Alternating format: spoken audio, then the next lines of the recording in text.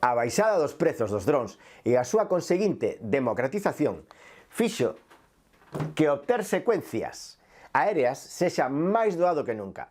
A máis agora que cambiou a legislación en 2021 e non hai que ser piloto profesional para rexistrar imaxes.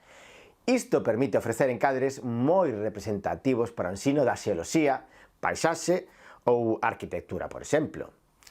Ábrese a posibilidade de facer encadres de gran plano xeral, panorámicos, e coa suficiente altura como para dar unha perspectiva salientable a diferentes estruturas, sexan da natureza como do ser humano.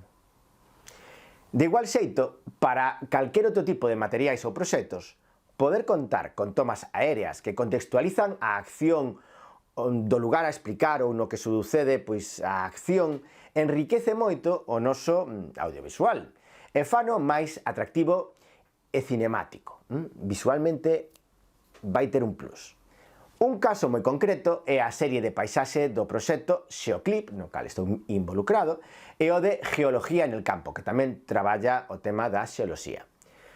Lembra que para usar un dron, algo moi importante, hai que cumplir unha serie de normativas, aínda que o dron sexa de xoguete, que non é o caso, pero aínda que sexa moi sinxelo, hai que cumplir unha serie de normativas.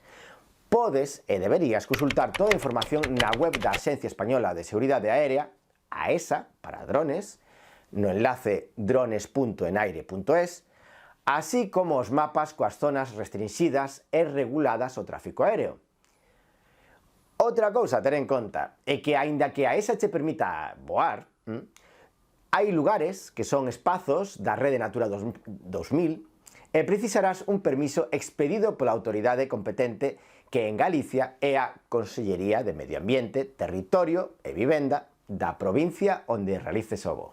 Así que fai as cousas ben e entra nesas páxinas para facer todo a xeito.